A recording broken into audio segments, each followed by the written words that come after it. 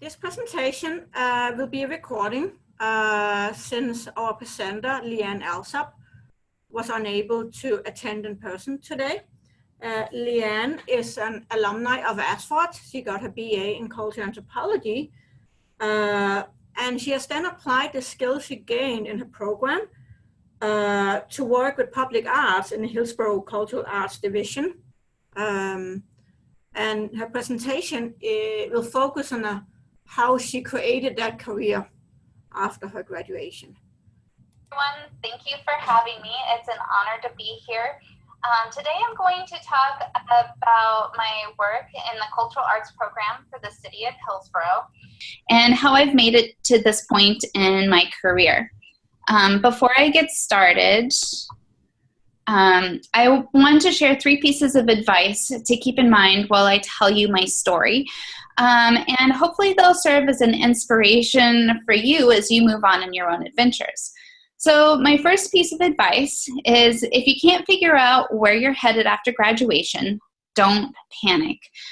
Think about your interests and your passions, and consider how your degree could apply. We all have degrees that can fit in almost every interest in life. You just have to figure out which interests you love the most. Second, if you're given the opportunity to volunteer in some capacity and you're able to, take it. Volunteer experience can be just as valuable as work experience. Third, final research papers in any class you take, no matter how unrelated you may think it is, can often help to be invaluable later on in life. This goes for all those random jobs and other random life experiences that you have too. I'm going to show you what I mean with a brief background on myself. So before coming to Ashford, I was a studio arts major at another liberal arts college. I loved the program. However, I realized I didn't want to just be an artist. I loved the artists that I met, but I saw a lot of them struggling. I also noticed how the arts were really good at bringing communities together, advocating for social issues, and providing creative opportunities for young people. I wanted to be a part of this, but I wasn't sure how to go about that. I also really loved cultures and anthropology, so I decided to change my degree and happily found myself at Ashford. In my junior and senior years at Ashford, I came to a major realization. I liked practically every branch of anthropology, and I didn't know which direction to go. However, I absolutely loved my applied anthropology class. And in fact, my project for that class involved working for the city of Hillsborough to plan an all-abilities playground.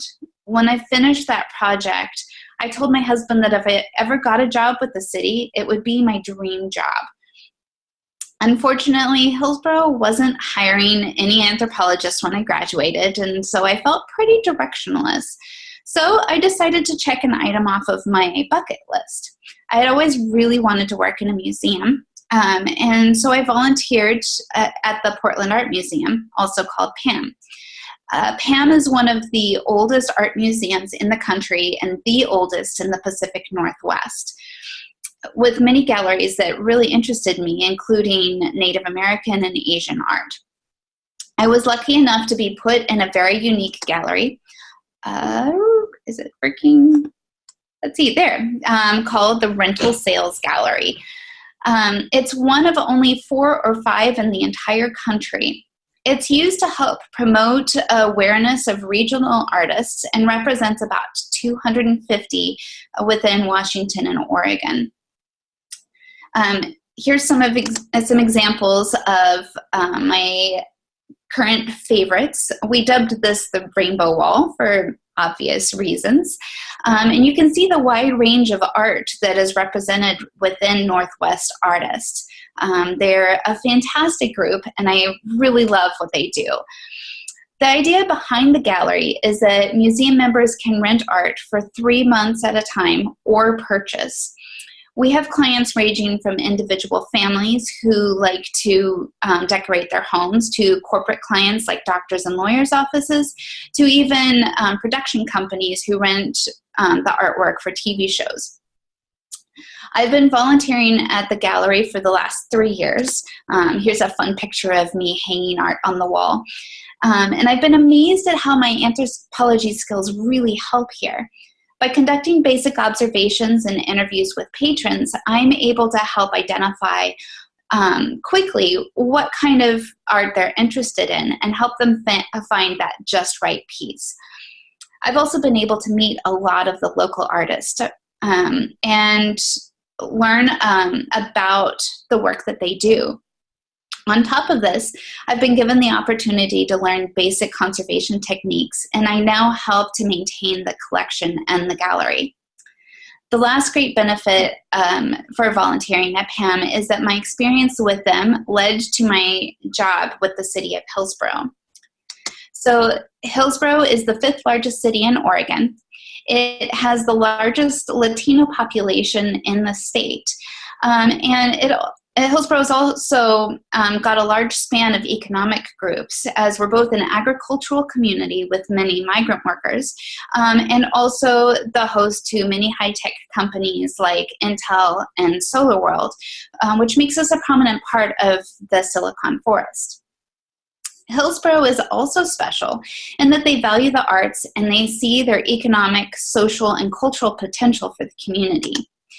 In 2012, Hillsborough established an arts and culture endowment to help provide grants to local arts organizations. As far as I'm aware, they're the only city in the country that has an endowment of this type. And last October, the city council passed a cultural arts action plan. This is basically the city's 20-year vision of how they want to see the arts grow in the community. From creating more festivals and reaching more underserved community members to creating new public art that could potentially be a tourist draw. Cultural arts is a division of the Hillsborough Public Parks and Recreation Department. Within the cultural arts division, I specifically help in 2 main programs. I'm basically the Jane of all trades, but in a lot of ways I get to also be the applied anthropologist for these 2 programs. Community arts involves reaching out to various artistic communities within Hillsborough and figuring out how to connect them to local residents. We have everything from studio artists, community theater, choirs, orchestras, and local authors, to cultural dance groups that represent Hawaiian hula, Mexican ballet, Bollywood, and traditional Aztec dancers. Learning about these groups and providing promotion and education opportunities is a large part of what we do in community arts. One of our promotion and education events that we host is called Art Fest. We basically take it over an area of the Civic Center and have various performances throughout the day. You can see some of the performances we had here. This is a youth choir. This is the Hula Hulao Holo Oko Ai, which is a local hula group. This is Ballet Fiesta, which is our local Spanish and Mexican dancing group. The other thing that we do at Art Fest is we have booths with local artists, authors, and arts organizations that get to be able to connect with the community. The event is free. It's also hosted on a Saturday during the farmers market so that we can really draw in as much of the community as we possibly can. We also host the Hillsborough Arts and Culture Council, where one of my responsibilities is researching locally represented cultures or businesses and presenting food to the council that represents these groups. This often means that I get to have a lot of face-to-face time with various cultures in our community, and I enjoy a lot of interesting foods. So learning about the cultures and the foods is a great way for me to be able to share that information with the council. Additionally, we help run a grants program, the one that I mentioned earlier with the endowment, and we help plan activities for various community festivals and events. Because they're fun, I thought I'd share some examples of some crafts that we've done recently. We also run an art library program of sorts called Artivities. These are boxes filled with a specific activity ready to go to an event. People can pick these totes up. They can use all the supplies in there, and then they return them, and they basically have everything they need within this tote. So one of my big projects with this program is that I research the craft activities that are put inside of these totes, so that we know that they are culturally relevant to the age groups that they're going to. Last fall, we also hosted a panel on arts and advocacy. This panel was a means of discussing how the arts can be used to promote wellness, economic viability, and social justice, and was attended by a wide range of community members. It went off so well that we're actually planning on doing similar workshops in the future. So although I love my community arts and what I do there, I also really love public art, and that's where my anthropology has really shown, and what I'm most excited to tell you about, which is part of why I've saved it for last. So in public art, I help with two main things. I maintain the public art collection with a lot of the skills that I actually learned in the Portland Art Museum. And I also help research to decide what new art we should put within the community.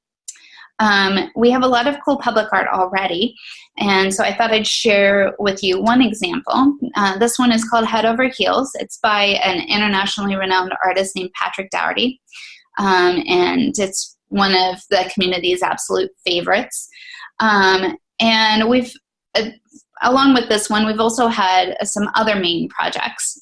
So one of the projects that I got to work on last summer was one that I'd like to share with you. And this is Chief Nota. He was carved out of a 25-foot piece of wood in 1987 by an artist named Peter Wolf Toth. Toth's family had migrated from Hungary during the 1956 uprising. And his early personal experience with injustice in Hungary really helped him feel kinship with and empathy for Native Americans and their history. He decided he was going to carve a sculpture of a Native American in every state of America, and he completed that within a 3-year span. It was his hope that these monuments would help people remember that Indians were and are a very proud race of people who inhabited the Americas long before Europeans arrived. He named this group of sculptures the Trail of the Whispering Giants, and he not only has at least one sculpture in every U.S. state, but also 3 in Canada and 1 in Hungary. The sculptures were estimated to only last about 15 years. However, Chief Nota lasted for 30, and he was one of the oldest original Whispering Giants. So the residents of Hillsborough absolutely loved Chief Nota. A lot of them remember Toth coming to the city to carve him and remember him coming to the elementary schools to talk about him. So there was a deep connection to this statue. The local Latinos even call the park that he was at El Parque del Indio, or the Park of the Indian. However, Chief Nota didn't represent any of the local tribes, and he looks a lot more like a Midwest Plains Indian than he does a Northwest Indian. The same with the style of sculpture he is. He's much more of a Midwest sculptor versus a Pacific Northwest. He was humorously accepted by the tribes, however, because they appreciated the heart in which Toth had created him, but frequently referred to him as the Indian who is in us. So when a bad winter storm came through in 2017, and this tree that you see here at the bottom knocked off a part of his head, we realized that he was rotting a lot more inside than we had anticipated. And so the city decided it was a good opportunity to take Chief Nota down and put something new in his place. This has caused a lot of issues within the community, including threats of lawsuits from some residents. So the city has been kind of biding its time and letting emotions kind of calm down a little. But they wanted to start broaching the subject of what to put in the park in its place. So I was asked to design a research proposal that would help the city understand the kind of art the residents would like to see as a replacement. Summer season is festival season in Hillsborough, so I knew if I could design something that would transcend cultures and age groups, we could get a decent amount of participants. I was hoping for 200 participants. We ended up with almost 1,200 instead. So the first thing I did was I designed a voting board of sorts that showed some examples of what public art could be. We wanted to expand the public's view of what public art is, because most people would think of just a sculpture like Chief Nota. So we put these different samples like sculptures, and we had player seating, and then gathering places. And we also left a section open so that if anyone had additional ideas that they'd like to add, there was that opportunity. So residents were asked to vote by Post-it. They could either just place a Post-it note in the section that they really liked, or they could add additional notes if they had something else that they'd like to share with us to be considered. And we took all of those handwritten notes and we reviewed those at a later date. So we had over 600 comments left on these Post-it notes, which means about half of the participants had something extra to share with us, which was really exciting. Not only that, but we also got to do a lot of informational interviews with the residents as they were approaching us and we were explaining this research, which gave us a lot of insight into how the community felt. We also provided a map for people to vote on where they would like to see the art within the park. This board wasn't necessarily utilized as much, but it really gave us a sense of where the community used the park and where they would like to see something. And to make sure that we hit some other demographics of people who didn't necessarily attend the festivals and events we were going to, we created an online survey, which we had up for a month, and we also made a paper version of that online survey to take to the senior center, because we tried the boards at the senior center and found that they weren't as open and receptive to that style of research. So finally, I taught our work study student, Alicia, how to conduct observations at the park. And she spent this summer visiting and making notes on usage, where people were gathering, which parts of the park seemed to need maybe some beautifying, all sorts of different topics like that. And we really wanted to just get a good picture of where new public art would be really beneficial within this park, as opposed to just putting something new on Chief Nota's pedestal. Alicia was also a huge help in that she speaks Spanish, and so she was able to really reach a lot of the non-English speaking community members who utilize this park a lot more than some of the English speakers. So this is a nice little picture of her. She was at a summer children's camp event at the actual park that we're wanting to put this public art in. And we really enjoyed having her even engage with the kids in that camp. So after 6 months of surveying people, I started to look at the data. And much of what we have is not only quantitative, but qualitative as well. We have the numbers from people voting in the different sections on that board. But we also have the comments, which are really invaluable because they tell us a lot more than just 200 people asking for a creative seating space. I conducted a linguistic analysis on all of these comments so that we could get an exact or we could really extract some information from these comments. I went through all of the comments and searched for keywords that kept popping out, and then tabulated these into a chart so that we could see the most common themes. We found that Native American, colorful, and interactive were three of the biggest words that kept popping out in the comments. But on top of that, we also found that the Latino community expressed a desire to have a cultural gathering space, similar to what you would find in a Latino American or a European city, where you would have that center that people would go and visit and socialize with, or even sell things. So this is particularly significant because this park is actually the center of the Hispanic community here in Hillsborough.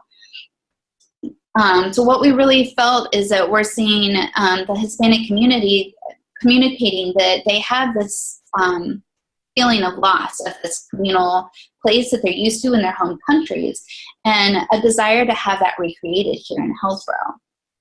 So at this point, we've determined that there are two main desires from the community for art in the park.